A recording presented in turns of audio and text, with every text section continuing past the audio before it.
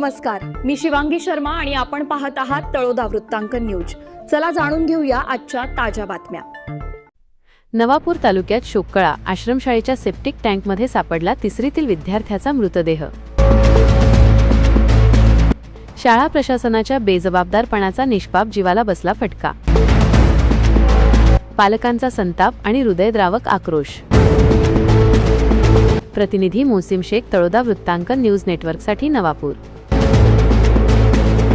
नमस्कार प्रेक्षको, नवापूर तालुक्यातील बंधारे येथील शासकीय माध्यमिक आश्रम शाळेतून एक अतिशय हृदयद्रावक आणि संतापजनक घटना समोर आली आहे। गेल्या 2 दिवसांपासून बेपत्ता असलेल्या ब्रायन राहुल गावित या तिसरीत शिकणाऱ्या चिमुरड्याचा मृतदेह शाळेच्याच सेप्टिक टँकमध्ये आढळून आल्याने संपूर्ण परिसरात खळबळ उडाली आहे। या घटनेमुळे आदिवासी दुर्गम भागातील विद्यार्थ्यांच्या सुरक्षेचा प्रश्न पुन्हा एकदा चव्हाट्यावर आला आहे।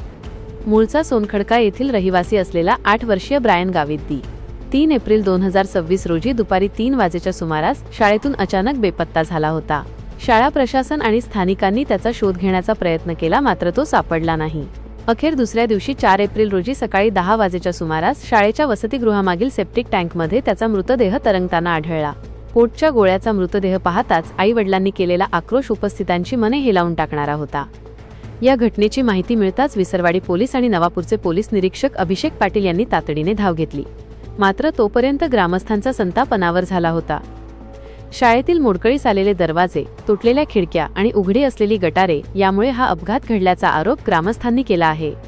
आदिवासी विकास विभागाकडून लाखो रुपयांचा निधी आता मग मुलांच्या जीवाशी खेळ का मांडला जातोय, असा संतप्त सवाल शबरीमाता भिल आदिवासी संघटनेचे अध्यक्ष दीपक पाडवी यांनी उपस्थित केला। घटनेचे गांभीर्य ओळखून नंदुरबारहून फॉरेन्सिक पथकाला पाचारण करण्यात आले होते। तणावाचे वातावरण पाहता शाळा परिसरात अतिरिक्त पोलीस बंदोबस्त तैनात करण्यात आला आहे। कर्तव्यात कसूर करणाऱ्या शाळेचे अधीक्षक, वॉचमन आणि संबंधित कर्मचाऱ्यांवर कठोर कायदेशीर कारवाई करण्याची मागणी पालकांनी केली आहे। नवापूर पोलीस ठाण्यात या घटनेची नोंद करण्यात आली असून पोलीस अधिक तपास करत आहेत। मात्र एका निष्पाप विद्यार्थ्याचा असा अंत झाल्याने शिक्षण क्षेत्रात आणि पालकांमध्ये मोठी भीती व हळहळ व्यक्त होत आहे। आजसाठी इतकेच। अशाच ताज्या आणि महत्त्वाच्या बातम्या पाहण्यासाठी आमच्या चॅनलला सबस्क्राइब करा। धन्यवाद।